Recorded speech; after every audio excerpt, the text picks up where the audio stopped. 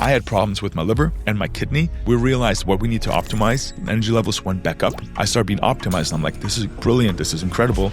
But how can you scale that? Who is the founder of Bioniq? He's got an incredible story. Vadim Fedotov. We built the company Bioniq, and it took us 4.5 years. We can now predict your blood test results without actually even testing your blood. This was our 10x moment, and this is what took us off. So many people I know don't try and get those early before and after case studies, and instead try and do something crazy. Just based on hustle, you can get to the first 1,000 consumers, but you're not going to get above that. Instead of trying to build a system to scale more from 1,000 to more people, we just open up in more countries to get the first 1,000. And I have to talk about the Ronaldo piece then. Ronaldo must just have infinite things being offered to him, but how did that come about? That's the best part. The way this actually worked out was... So before we begin with today's conversation, a word from us at Open Equity. You're probably watching this because you're looking to scale and exit or IPO your company successfully. Well, we have a wealth of resources that are designed exactly to support your success, from workshops, from free guides, from downloads and things like that. There's loads of links in the description. Let's get on with the show. Vadim, honoured to have you here. Thank you so much for joining me. Looking forward to having a great conversation. Absolutely. I wanted to start with the Groupon days because, Groupon, for folks who don't know, but I'm sure do, super fast growing company. And what I say, you took over as CEO of the Eastern European region. Talk me through that. Like, how did you get involved in that, and what was that journey like? I was actually the fastest growing company in history of any company. We were on the cover of Forbes. We did the first $1 billion quicker than anybody else in history. So I joined in 2011 before the IPO.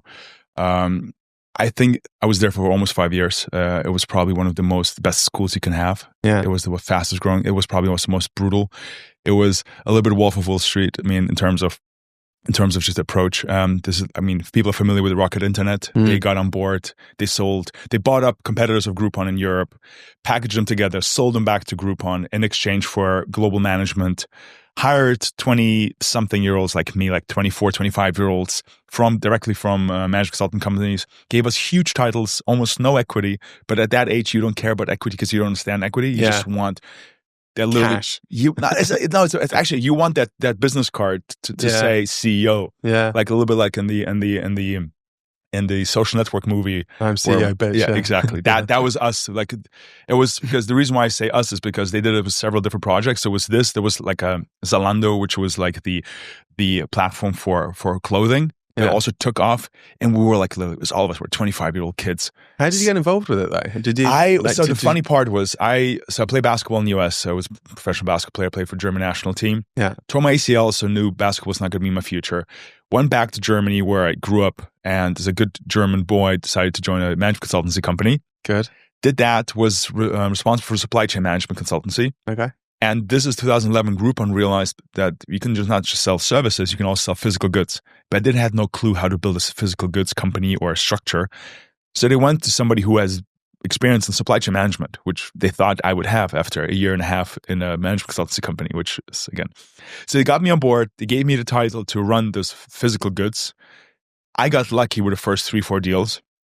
Like insane margin, like 90% margin deals where we just would buy stock that was not sold or not moved because of wrongful packaging. Like we had, Villeroy & Boch, like high premium items where they said teaspoon on it, but there was like a soup spoon in there. So they couldn't sell it, but we could sell it. Yeah. And we would sell them at half listing price, but at a margin of 95%. So I had a couple of those, made a couple $1 million in the first couple of months for the company. So that management kind of like, who's that guy? How did he do that? Went with me. I was 25 at that time. By the time I was 26, they were like, we'd like for you to run Eastern Europe, which at that moment was one of the top 10 markets globally. Yeah, and that kind of took off. And what I learned back then is, again, I remember where people would come into the office and we were like close to a couple thousand employees. And they were like, why do you want to join Groupon? They were like, I want to join an internet company. I want to be part of the future. I want to be part of the innovation. So you go through the internet process, and then they walk in the first day, and you take them by the hand, you walk them through the office, you sit them down at the desk, you give them a phone, you give them a CRM, and you're like, now call. And he's like, what do you mean now call? I'm like, welcome to the internet. You're still making cold calls to spas and massage salons and telling them, give us 50% off plus 50% of the margin. So it was a very, very nicely constructed positioning of, hey, this is the future, but it's still the same thing. Mm. It's still a sales job. It's 95% of the people were salespeople. All the tech that would come later on from a self-service perspective, that all came when Groupon was already not on its high. So when we went IPO, we started around 18, went up to $24 a share, and then dropped to like $2 a share over the next 4 or 5 years. So it was a great exposure to me. It was great to understand equity, what STOP means, long-term incentives, also blind trust, where I would hold on to the stock because I was like, if I'm really a CEO, it's going back to 100. Yeah. Yes, exactly. Because I'm like, I remember literally 3 months or so after being positioned as CEO, they hired a executive search company to do management assessments. So those two senior VPs from Mattel and those, US guys come in and meet with me and they're like, so where do you see yourself in 2 years? And I'm like, in my current role as the CEO, building out the Europe. So, and I've realized that afterwards, the review was like, very junior, not aspirational enough, happy where he is. So they didn't want to hear that I want to build out where I'm at today. They wanted to hear I want to take over the entire company or I want to build my own company. Interesting. Okay. So my loyalty was a bit naivete, I was probably a little bit too green. Knowing what I know now, I probably could have asked for way more in terms of not even compensation. Compensation was fine, but just from an equity positioning perspective. But again, best school I could have imagined. And what were like top 3 things in terms of growth, particularly because it's such a unique school, and particularly I know with the Rocket Internet guys, like top 3 things that you learned in terms of growth that you've taken forward? Hire slow and fire fast. Yeah. So I think we all make this mistake. Oh my God, they have this urgent need. Okay, this person is not an A player, but it's better to have a B player than no player. So we completely, still to this day, although I know better now, you don't get the references. You don't double check. You don't have your employees on the same level speak to that person. We are making that decision too quickly. And then once we realize we made the wrong decision, our ego doesn't allow us to actually say, can I curse? Yeah, of course you can. Yeah. Fuck, I screwed this up. I can't believe I hired this person. I can't believe I looked this person in the eyes and believed his CV and his bullshit story about this previous company, didn't give him the capabilities to grow. The previous company knew exactly what they were doing. And then you haul on for a quarter, 2 quarters too long. And still to this day, I tell my team, guys, don't do this. And they're going through the same cycle I do. I think it's a habit. I learned that. We had one company in particular which grew super, super fast. And it took me a while, but actually once I first got rid of the first person who wasn't right, then I went on a rampage of basically replacing the entire team. But I think people get too precious, don't they, about...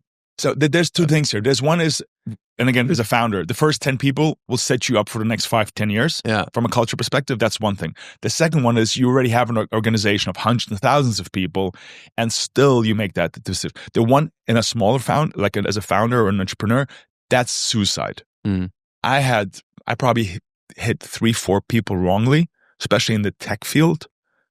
That set us back 2 years, 3 years. If you look at from a valuation perspective, those 2-3 wrong hires cost us probably $5 to $10 million in venture-backed money that we could have used more efficiently. Yeah. Okay. So hire slow, fire fast. What else? I think urgency. You need to create urgency. The one thing that if I tell people today what we did in 2011, 2012, it sounds almost like an HR case. We would have 35 regional directors fly in every Monday in their central office, present every Monday how many new sales they had. And if they would not hit their budget, they would get a yellow card. And if they come back the next week and don't hit their budget again for the week, they get a red card and they're fired. Okay. Imagine how this is every Monday from 6 p.m. till 11 o'clock at night. So 5 hours straight. It's literally everybody's presenting. If you hit it, you're celebrated by everyone. If not, people can't even look in the eyes because they're like, you might not be my team member in the future. So from an urgency perspective, there is a balance there. Obviously, being 40 now. But I think with that kind of business, that works. I appreciate that's maybe yes, and I'll be honest with you, as a founder, again, yes and no. I would love to tell you, hey, other businesses don't need that, but all businesses need urgency for sure. Need feedback from the market. I am in the position constantly when I look at my team members, I'm like, hey, did you get your salary on time? Yes, but you didn't do your project on time. So why is it okay to not do your project on time, but you expect to get paid regardless of performance? Yeah. And I have this urgent need to say that out loud several times a quarter. Because back in my days when I was in that position, if I don't hit my quota, I'm out. They don't care what I did 3 months ago, last month, last quarter. It's literally, what are you doing right now for me? So I think from an urgency perspective, that's very important. And then again, culture. It's the one thing that you don't forget. Don't ever ask anybody to do something you're not willing to do yourself. I'm in that room talking to the sales guys. I'm like, what's your hardest client? What's your hardest person? If I can't call that guy in front of everybody and actually close the deal, they're thinking I'm a hypocrite. They don't think I can do. So one of the things that I would do, we'd play a game where I would take the regional directors, we have like whatever tennis ball, and I would throw to them. And like, what's the number one thing that you get as a rebuttal and why we'd use the services? And every single one would tell them, we're not getting enough customers. We're not getting enough margin. The business is not, there's no repeating customers and all those kind of things, or it's banned for a brand. And I had to be in a position where I have to, regardless of what they're going to say, to be in a position that this is what you say in this moment, this is what you do. So live what you preach, and also lead by example. Never ask them to call or meet with anyone that you wouldn't do yourself. Got it. Great. Good advice. And then that then took you to the next phase then, because what I understand is that having gone full court press, worked your backside off for a period of time. Yeah. Then it was kind of early. Were you then early 30s? Was early 30s burnout to break through? So that's a little bit different. So the one thing also about Groupon, which was great for my experience, for me, for Groupon, not that much, is that the first 3.5 years of the business, it was grow or die. Yeah. And then we had a new management, and the management said profitability or die. Okay. So I had to, in a span of 6 months or 2 quarters, we'll go from a growth business to a profitable business, where we had to close out of those 30 plus offices, 95% of them, put most of the people on freelance or consultancy contracts with commissions. Yeah. So that's a very hard conversation. Go and say, hey, your whatever 5K is now 0, but you get the commission, which can get you to 10K. Yeah. You'll lose most of the people. Yeah. So I was very, very grateful for that experience. I then make the shift into the media world and IT world, and I realized that I'm in a position where even if the money compensation is good, if I'm not behind what I'm doing, if I don't get excited in the morning to go to work, the compensation and the status is going to feed you for 3-6 months from an ego perspective, where everybody's like clapping and like putting, but you don't get the excitement, and you don't feel like in the age of 30 something where you're like at the heights of your knowledge and powers that you should waste your time on something that doesn't fulfill you fully. And at that moment, at the same time, I had that experience where as a professional athlete, health optimization is always on top of your mind. I had 4 torn ACLs, so rehabilitation is something that, you want to get back to the level you were at, and you want to get better so it doesn't happen again. But I'm sitting there, I was probably 20, 24, 25% body fat, completely out of shape, although I would do workouts every day, although I would, understand how health works. And I was like, how is this possible with somebody with my resources, my knowledge, to be so out of shape and so have so many symptoms in terms of lethargicness, brain fog, and all those things that you don't expect to have at that stage. So I went to the doctor, and the doctor explained to him all my symptoms. The doctor listened, nodded very, very carefully, looked at me in the eye, said, don't worry, I know exactly what's going on. I know exactly what the symptoms are. He's like, I know exactly what to do next. So I'm sitting there, I'm like, oh my, this is great. He's like, what should I do? He's like, we'll do a blood test analysis. You pay $1,000. You come back next week, and then we'll get you better. So I paid $1,000, like, waited for a week, came back a week later, expect the holy grail moment where he's like, this is what we need to do. This is personalized to you. This is actionable to you. Yeah. And he looked at my results. He looked at me. He looked at them again. And he's like, yeah, everything's fine. And that moment where he's like, everything is fine, although I had all those symptoms, I came to this realization traditional medicine is not there to optimize. It's just there to treat you once you're already ill. And that kind of switched something in my brain where I'm like, I think there's something out there. It was very, very early in my path that I think the world has not focused on people like me who, before getting ill, want to already optimize and get better, regardless of age. And this is where my journey started, 2016, 2017. And then eventually led me to Bioniq. Yeah, got it. Okay, so I mean there's a few people that we've either had on or will have on who are talking about preventative versus this. Yeah, exactly, like you say. And it seems crazy that we have trillions in healthcare systems completely on that. But then that, like, a lot of people would then just go and maybe personally solve their problem and maybe move on. But what was it about it that you thought, right, I'm actually going to go down this rabbit hole? Or was it really to solve your problem It was first? A scratch your own itch moment. It was a scratch. I'm like, okay, you know what? This doctor maybe is bad. Yeah. So let me speak to a different doctor. Spoke to two different doctors. I'm like, you know what? Maybe doctors, for regular doctors, I need a sports doctor. So I spoke to professional teams. I'm like, you know what? Maybe somebody in Silicon Valley already figured that out. Because when you live not in Silicon Valley, you think they're like the smartest people who live 20 years ahead. Yeah. So I flew over there and I saw what they did. They had 23andMe, which is DNA testing. They had a company called Take Care Of, which is supplements in the bag. And there was a company that does at-home blood tests. So I was already in corporate ventures. I was looking at business. I'm like, so I looked at their business models. 23andMe was a one-off because the moment you do a DNA test, it doesn't change over time. So there was no retention there. The packaging of the supplements had a horrible retention. It was like 20% people remain for next cycle, because the moment when you get a bag which has an omega in it, a zinc in it, and a vitamin C in it, you're not going to buy from them. You're going to go to the corner store and buy the same 3 things in big bottles for the next 5 months. So the USP was not there. The one that surprised me the most was the at-home blood test company that has very, very good retention, but a horrible margin, and they had no upsell. Okay. So they would tell you your ADL and HDL is bad, and that's it. So I was like, if somebody just could out there like combine the insights about yourself, a personalized solution on a regular basis, if somebody could create that, that would be a business that I would actually use and purchase. And during that phase, I met this neuroscientist who did clinical trials for Olympic athletes in Switzerland, who over 7 years was able to prove that if your microelements or your vitamins and microelements are optimized, Olympic athletes are on average 10 days per year less sick. And because they're less sick, they don't have to recover as much, and they can perform up to 7% better on standardized tests, and cognitive-wise up to 1.5 times better. And he was able to do that on supplementation only. I met with him. I went through the circle myself, went through a cycle, 3 months, another 3 months. After 6 months, we realized I had problems with my liver and my kidney. We realized what we need to optimize. My levels in terms of from a cognitive capability and energy levels went back up. I started being optimized. I'm like, this is brilliant. This is incredible. But how can you scale that? And his point was, the more data you have, the less data you need. Basically, if you have if you're Olympic athletes, you need 200 blood markers. But if you have 10,000 people, you need 50. And I'm like, well, what's the real critical point? And it was like a couple million. And we went on a journey. I bought out his intellectual property. I bought out his method. We patented his algorithm. We built the company Bioniq, and took us 4.5 years to get to the critical point. And on that way, there was a lot of things happening I'm happy to discuss. And then 1.5 years ago, we finally hit that point, and we're able to get to the point where we can now predict your blood test results without actually even testing your blood.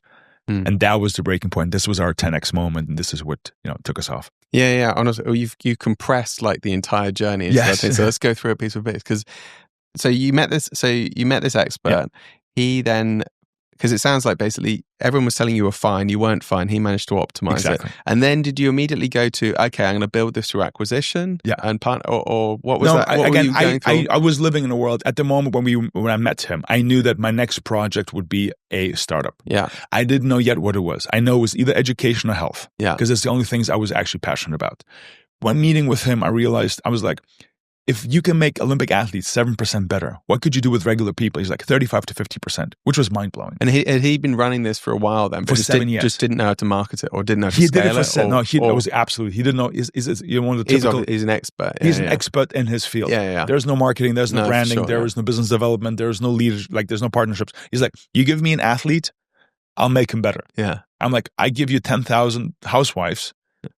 Can you make them better too? He's like, yes. I'm like, well, then we have a business. Okay, cool. So that was the idea. And then did you explore with it? Did you, because with those things, I've had it a few times, it's like trying to find the right partnership model or what, like how did you go through that process to get to was it an acquisition that you did in the end of what he was up to?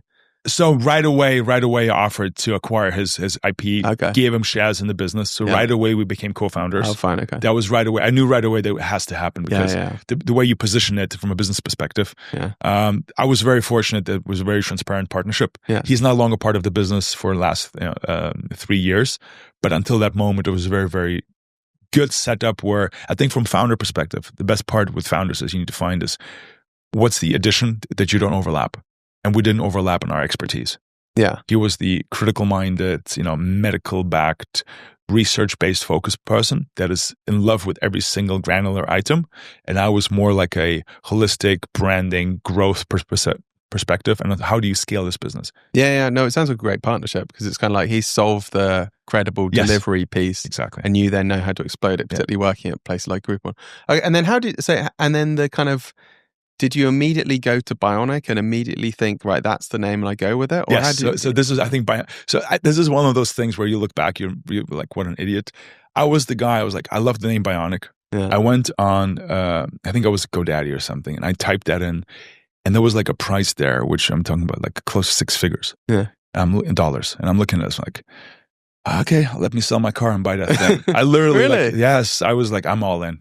I realized you can still trademark it. I knew that for whatever reason internally, I felt this name just means so much bold, more. right? Because I know so many people who've been like, I went to GoDaddy and either it was a crazy price or it wasn't available. So I changed it to blah, blah, blah. And that was available.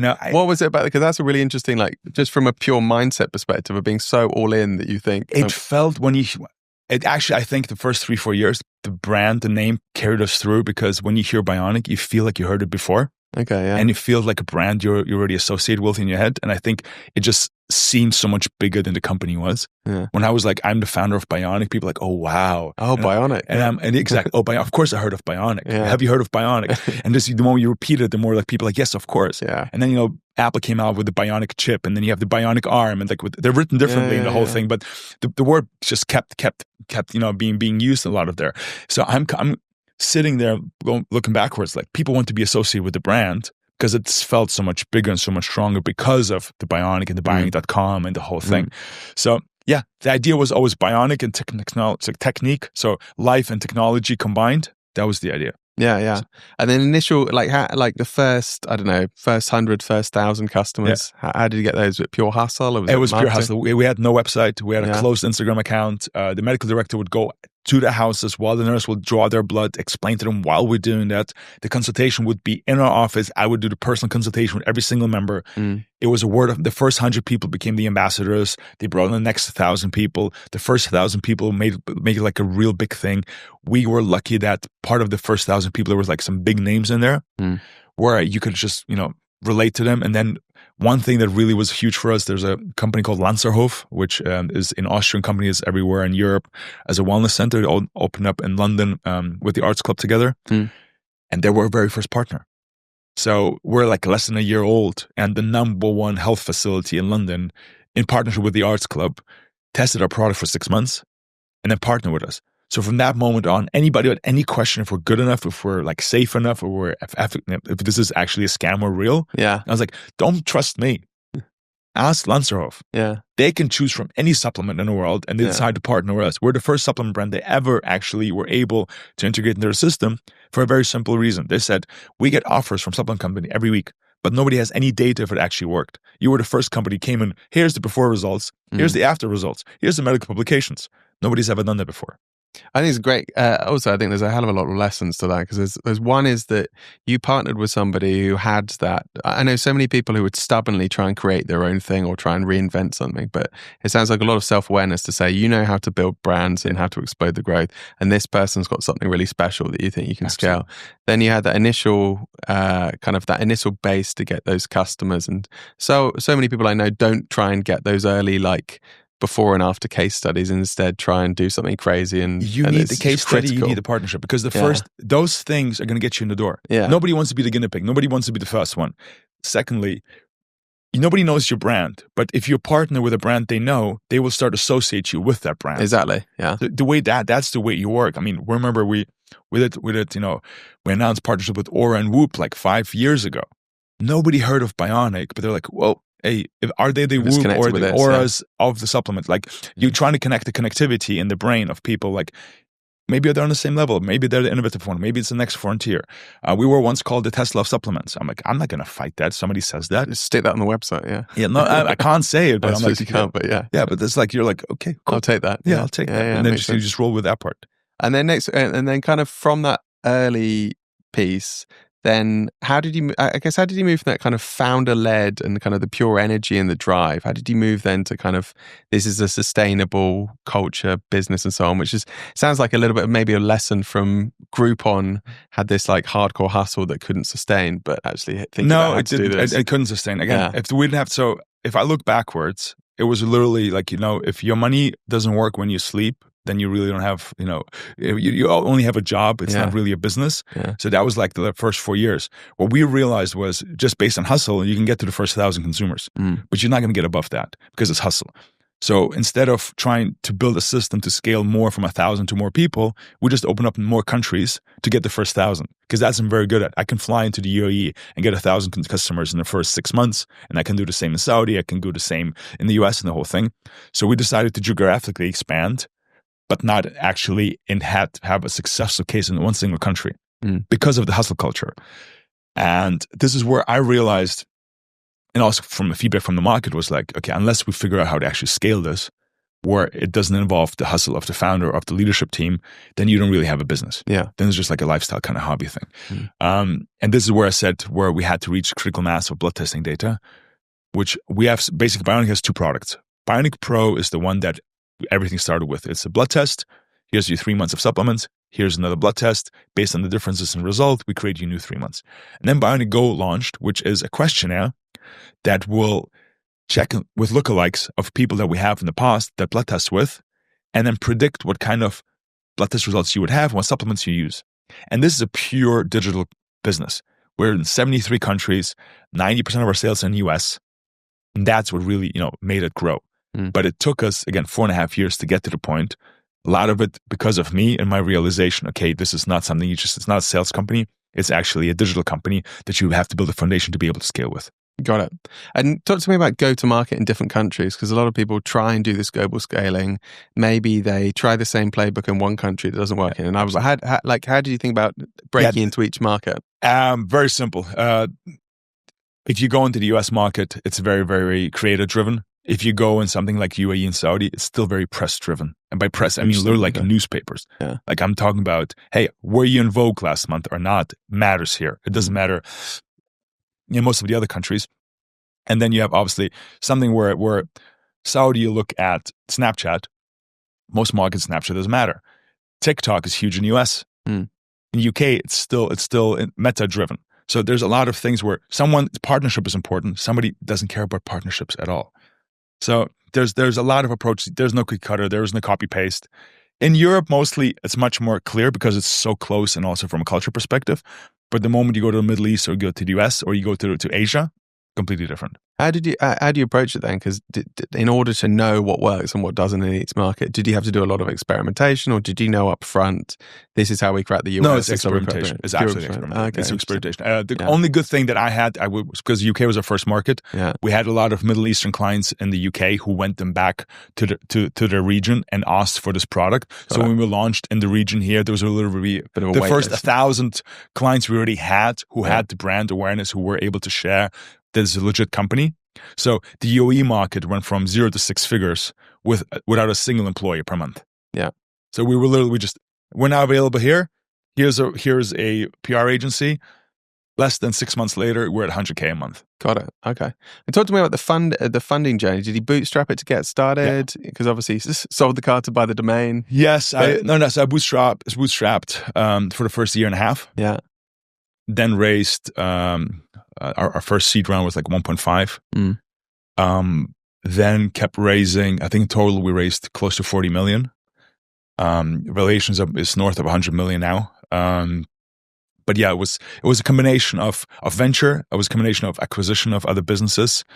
Also part of, I would call it acqui investor hire, where you really like the cap table of a company. Yeah. And you figured if those investors would see what we're trying to build, interesting, with skin in the game, they would then convert and be backing you. Yeah. So that actually worked out.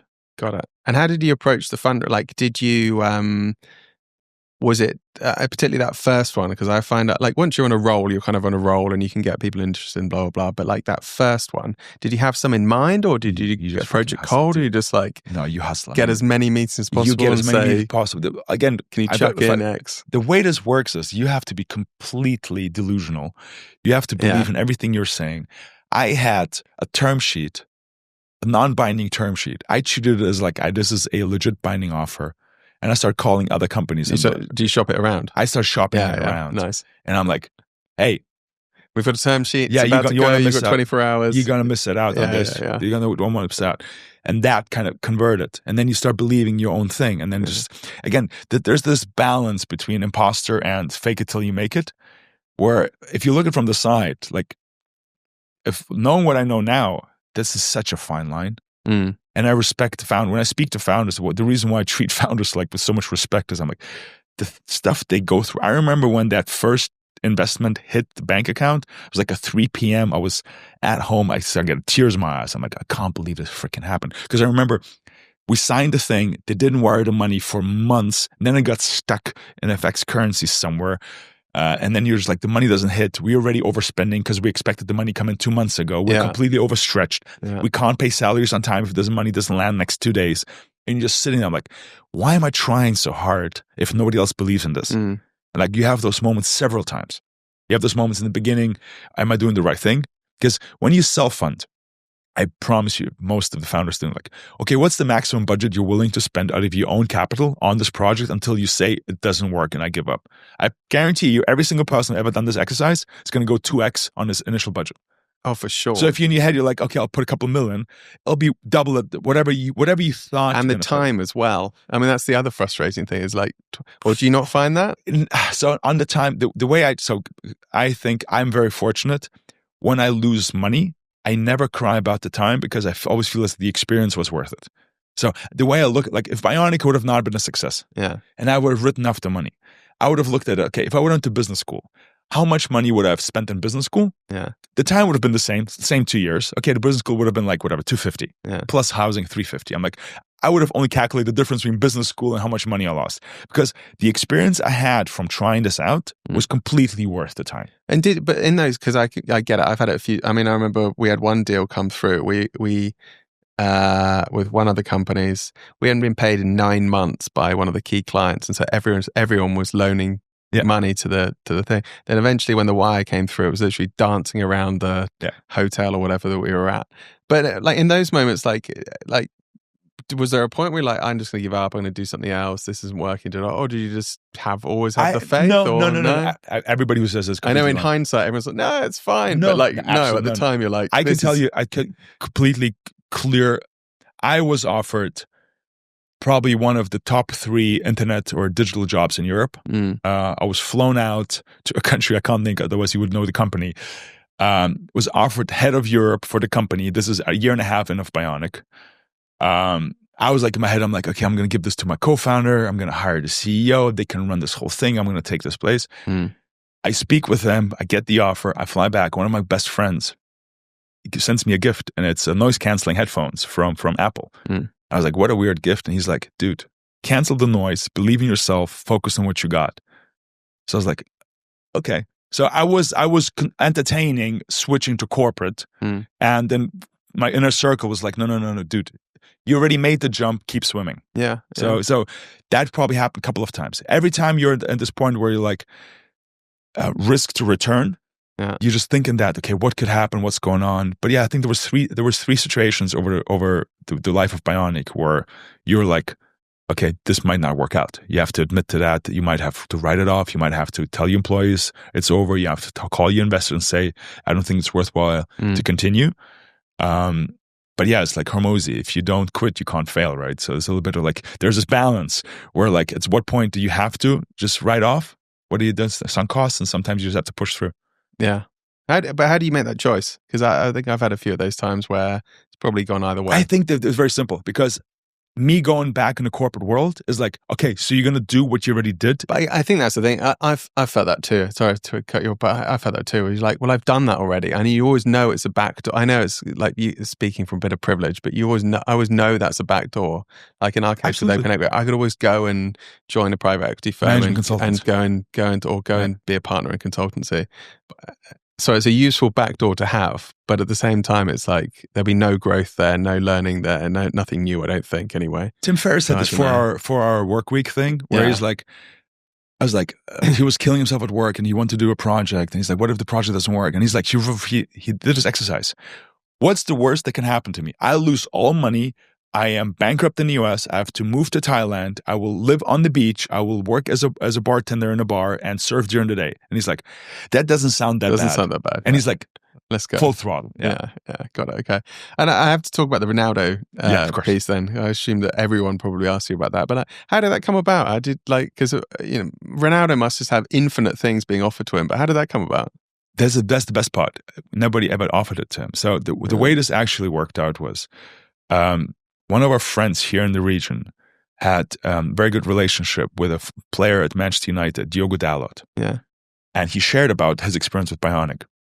So Diogo at Manchester United was like, I would love to try it as myself and then his in a circle. So you start taking Bioniq. So when you see Bioniq, it has your name on it. So he did the blood test, got the supplements, did the blood test again, saw the results, kept using it. And this is the year 2022 when Cristiano went back to Manchester United. And Diogo was Portuguese and Cristiano played together in the national team. They sit together in the lockers next to each other. So every single day after the training session, Diogo would take out his Bioniq, and Cristiano's like, what is this? So Diogo told him about it, and Cristiano's like, I would like to try that. So Cristiano's team reaches out to us, the medical team reaches out to us, figure out like what goes back. VADA approved everything. That must be an interesting moment because if I received that email, I'd be like, is this real? Is this real? We knew it's real because it's from Diogo. So the good thing is because I see. So because it was Diogo, it's real. But the one thing that I kept telling people is, you must have been ecstatic when it happened. I was like, I was completely opposite. I was the most concerned person. Yeah, I'm like, everything has to go right. It has to go right. Yeah. And when I look backward, actually, because they're based in Manchester we don't have phlebotomy coverage. In Manchester, you have to go to a physical location to do a blood draw. I'm not going to ask Cristiano to do a blood draw at a physical location. So what we did is we got our best nurse from London, booked her hotel room, rented a car. One of our employees drove her up to Manchester overnight. So she's going to be there in the morning and no delay. She went to a perfect blood draw, did the whole thing. And then, funny enough, he flew to a different country to which we couldn't ship. So one of our employees flew to that country and hand delivered to him. Love it. To make sure it was like in his hands right there. Yeah. And he took it for 3 months, and then he had to do blood test, retest. And because he has a subscription business, the way you know if your product works or doesn't work is the value proposition is, does the person continue? Yeah. And then he continued again. So by his fourth cycle, which was like 12 months in, his team reached out and was like, Cristiano would like to consider investing in your business. He's interested in being part of the growth story. He really likes what you stand for. And that's the moment where everybody was like, well, you expected that to happen. I'm like, I couldn't even think that far. I would have. Yeah, you want to operationally not screw up. You want operationally to fulfill. If I have at any moment, people are like, are you asking him? I had my board. My board was literally, why don't you just ask him to invest? I'm like, that's not. Oh, what did they say that? My before? board was asking really? that. I'm like, hey guys, so I'm like, if I'm a restaurant owner and somebody comes in and likes my food and keeps coming in liking my food, I'm not going to come in and be like, you want to buy part of the restaurant. I'm just going to make sure he likes the food. No, because I think I would feel like it sounds like you're a bit desperate. Everything. It's just not the right tone. It's not. That's not how this works. Yeah. So they reached out, and it was the most brilliant and fast forward and incredible respect to his team. His team literally said he gets offered weekly basis tens to hundreds of deals of up to $1 billion companies with free equity just to be part. And he wants to actually invest into the business to be a real shareholder and drive the value in the future. So that was, and that's I mean that's super. And how do you, because with those things, it must be so hard to calculate how do you calculate the deal there? Because you're right, he could just turn around and say, well, actually, I want X amount for free, or I want like. But I think that this team is so good at this because it's not the first rodeo he has. So the first thing the team said is he only invests in businesses that he uses himself, or he understands himself. Yeah. He doesn't do anything else. Secondly, is we'll figure out the terms that makes sense for all parties. Okay. So it was a very, very fluid. It's like basically you have all the ingredients. Let's figure out how we make this dish. Yeah, got it. Okay, well, that's a great way to approach negotiation because at least like both people want to make it happen. Yes. And we'll figure it out. Yes. We're committed to make it happen. Absolutely. And it was very much, why don't you think about what the deal could look like, and we will be very lenient from our requests in the future. And it was very, very transparent. And then what was the impact of that? What is the impact? And we were talking about, I mean, it's public knowledge. If you look on regional levels, we're talking between 5 to 10x growth the year after. So yeah. So pretty good, yeah. Yes, I would say so. What I think is really interesting is I think the entrepreneurial journey. There's so many inflection points that you've had with really good partnerships as well. It sounds like the initial partnership with the co-founder, the initial partnership with that London crew, and then once it's got to a certain scale, then a partnership with something which just blows it up onto a kind of global scale as well. You forgot the other 99% of failed partnerships that we had.